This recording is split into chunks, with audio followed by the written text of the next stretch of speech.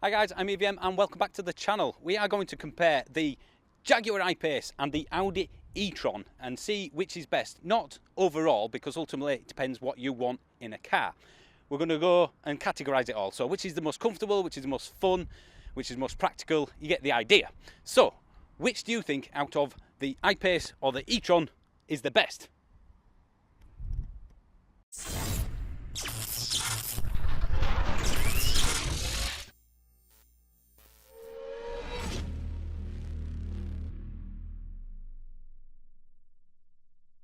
Yeah, pretty much.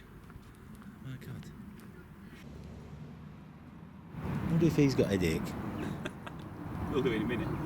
He will. I'm going to put this tripod around his legs. Right, the categories are practicality, fun, comfort, range, looks and build quality. Each one we'll have a look at and decide which is best in each category, and then if comfort is more important to you, you'll probably prefer that car. So let's jump in one of them to make it a lot easier so people don't keep walking past us again. Right, now I want to give you a brief lesson on how YouTube works for small channels. Both of these cars, the e-Tron and the I-Pace, I have rented, and that's not cheap.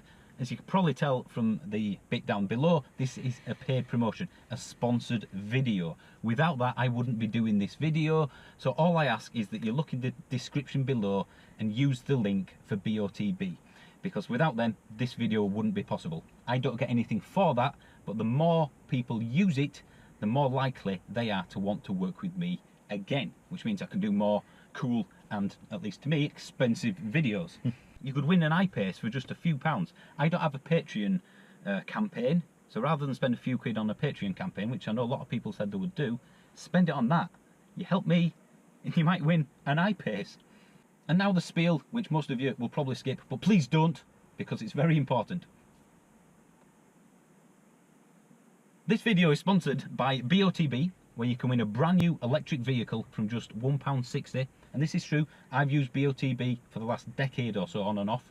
Cars include the e-Tron, the Jaguar I-Pace, Teslas, the BMW i8, Honda NSX, and a ton more. And we're talking Lamborghini level, wow, all the way down to Nissan Leaf level.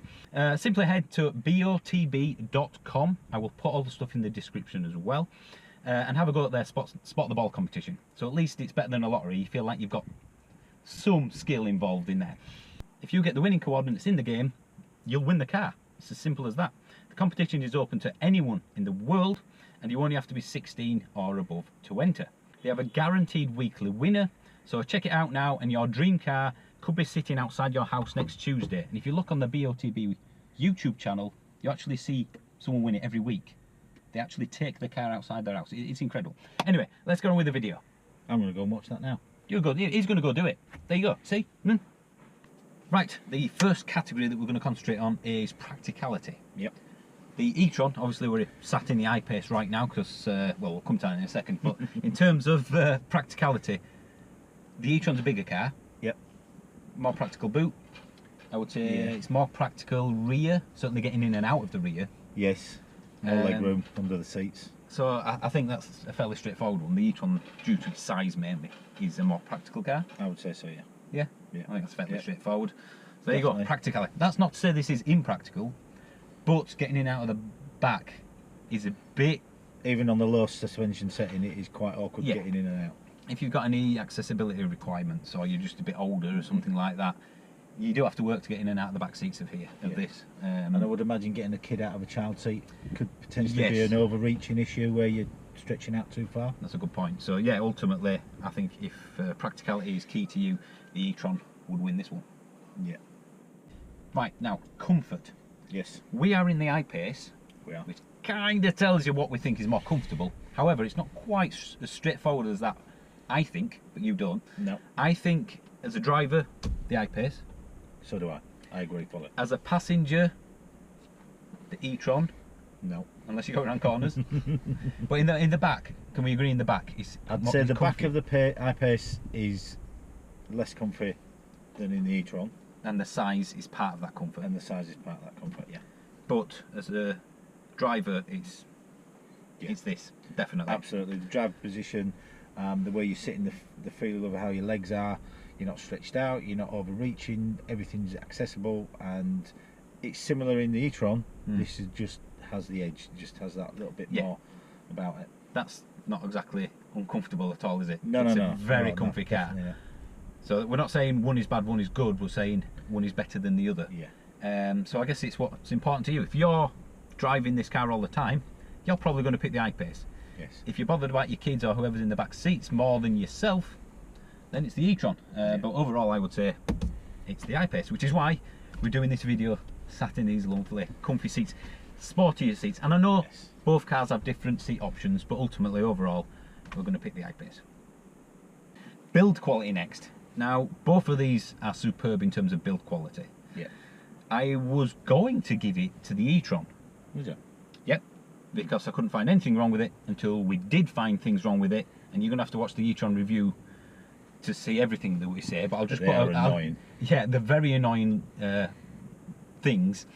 Basically, watch the review if you want to know what I'm on about. But I was going to give it to the e-Tron because everything in it is absolutely rock solid. But then there's a few things which completely let it down, like majorly. This one is only a shade below the e-Tron, but it doesn't have the glaring errors. Everything's been looked at on this, whereas the e-Tron, there's things that were glaringly missed. Yes, absolutely. As far as design or manufacture go, so I think yes, the I-Pace would take it on that. Yeah, but both are very high. Again, Absolutely. we're not saying one's lower than one's. That's not bad quality as the e-Tron at all, is it?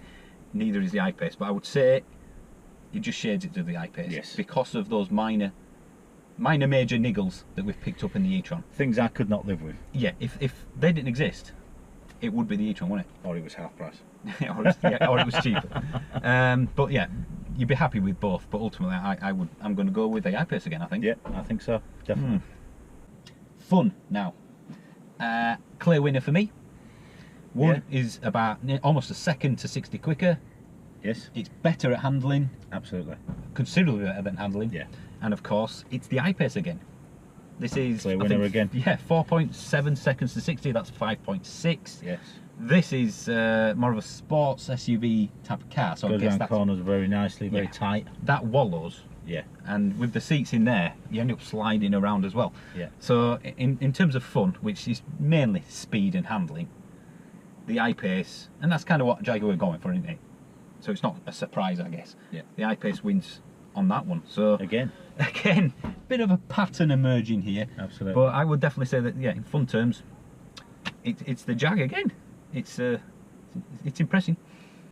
Range. Now, there are WLTP figures that the manufacturers put out. We're going to ignore them completely. Yes. Only the real world range matters, and we've driven these enough to get bored with them. So I think we can say with certainty that the real world range of this is 235 miles-ish, and obviously it depends how you drive.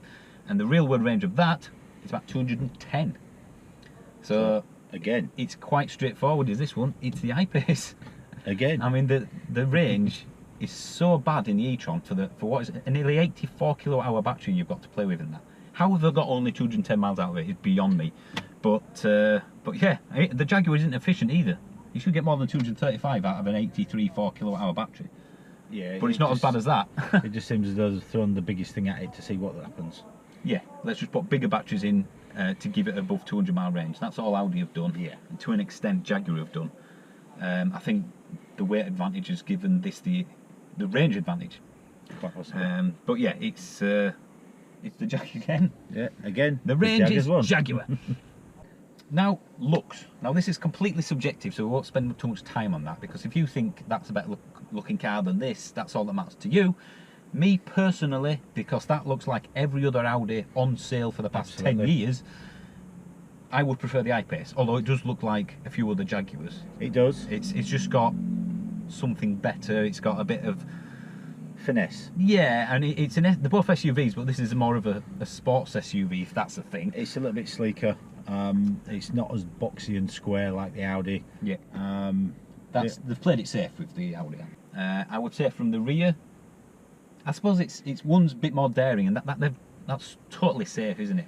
That's just out of an Audi box. It's an Audi box. If you like Audi design and you've got Audis and you're an Audi fan, you're probably going to pick that, aren't you? But in terms of if you'd never seen either, if someone was new to both cars, I think they would go for If you give this to an 8-year-old boy and you give that to an 8-year-old boy, he would choose this one every day. Yes, I think so. So yeah, it's subjective, his looks, of course, but ultimately, I'll vote for this. Yes, me too. Yeah, again. Right, now the final, and to a lot of people, the most important one, value. Which is the best value? Because obviously it's all about expectations. Yep. How much you pay for something completely dictates whether or not you're happy with it. If you buy a cheap car and it's got a lot of flaws, but it does the job, you're probably going to be happy. These are both luxury, expensive cars, so you need something more, something... You expect that next level. Yeah, the expectation is much higher. Yes. Now, the starting price, this is £10,000 starting price, again, cheaper than the e-Tron. So, it's a cheaper car, but it doesn't mean it's a better car. No. Considering everything we've just gone through, all the different categories, and our opinions on things, logically, the I-Pace is a better car on almost every measurable metric. In our opinion. Apart from practicality. Yeah. But not all practicality. I guess. But this is a cheaper car. So yes, it's better on almost everything, apart from practicality. Yes. And it's cheaper. So now I expected this to be quite difficult to figure out. Which is the best value? What, you know? It depends what's most important. If you need the practicality of the Audi, you've no choice. If both of the you've got option of both. Yeah. This is cheaper and better in pretty much every field, quite frankly. Yes, it looks better. So what I thought would be quite difficult to figure out is actually quite straightforward. Which is why, it's why we left value to last. Yeah. So again, the Jaguar wins on the comparison.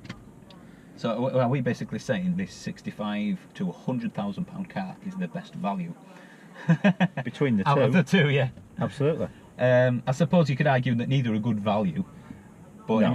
As a comparison with just these two, for what you could get on a comparative, just on the technological side, I think you're better off getting a Tesla or an or things like that if you just wanted an EV. Yeah, if someone's after value. Yeah.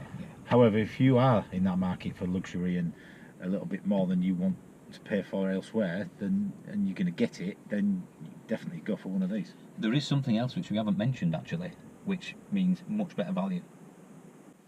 The warranty. On this, it's 8 years, 100,000 miles on the battery, which is the same as the e-Tron. But the e-Tron has a 3-year, 60,000 mile warranty on the car, so everything but the battery. This has a 3-year unlimited mileage warranty on the car. So in value terms, that's substantially better. You could use this, you could hammer it for 3 years, and with the exception of the battery, it would always be under warranty. Unlimited mileage. So it's an ideal chauffeur car for little people in the back. It's an expensive taxi. Yeah, basically. Expensive car. I mean, battery aside, because that's obviously limited to 100k. In terms of value, because that's all we're talking about at the moment, it has to be better because it's a bigger warranty. But in terms of usage, 100k in 3 years is a lot of driving. Which 60 on that. 20,000 a year is well above average. Yeah. But I do that. You probably do that. I do more than that, yeah. So within 3 years, you could have wiped the car warranty out on the e-Tron, whereas the Jag, it doesn't matter. Mileage is irrelevant to anything other than the battery. So in value terms, we're at that no-brainer stage. I mean, what can you say to that? It's a cheaper car, and it's a better warranty, and it's better on almost every measurable metric. So I'm not sure what more we could really say about that. This is a better car, bar practicality, in every way. Now, I'm very familiar with EVs. This is the first time you've driven one, yes, pretty much. So from two perspectives, we're both saying the same thing. Get the I-Pace if these are your choices. Even if this was a petrol engine and that was a petrol engine, it'd still be this hands down. There you go. You know, unless you're an Audi fanboy, I can't think of a reason to go for that over this. Absolutely not. And I think I've probably said it before, if you give this to a little boy, and you give the other one to a little boy, just on the styling and how it looks and how it goes, boom, this would be the choice. Out of these two, this is the only one that would ever end up on a poster. I mean, it probably wouldn't, but ultimately, that is a boring If you only had looking two to choose from, it'd be this one. Yeah, you'd be walking into somebody's bedroom with that poster, with the Audi poster, going, oh, which one's that? Yeah, is that the Q3, 5, A4? It's an Audi. That is for people that enjoy cars. That is for people that drive a quarter of a mile to school. Absolutely. And this is nothing like the pipe and slippers Jaguar that No, you think of. No. It's. I mean, the silly thing is, decades ago they used to be known for technological advances and being first. I think they were the first to ABS brakes as an example, and then they lost it and became an old man's car. And now they're kind of going down that route again. But I suppose that this is a very, very good car. Absolutely. But it's completely unspectacular.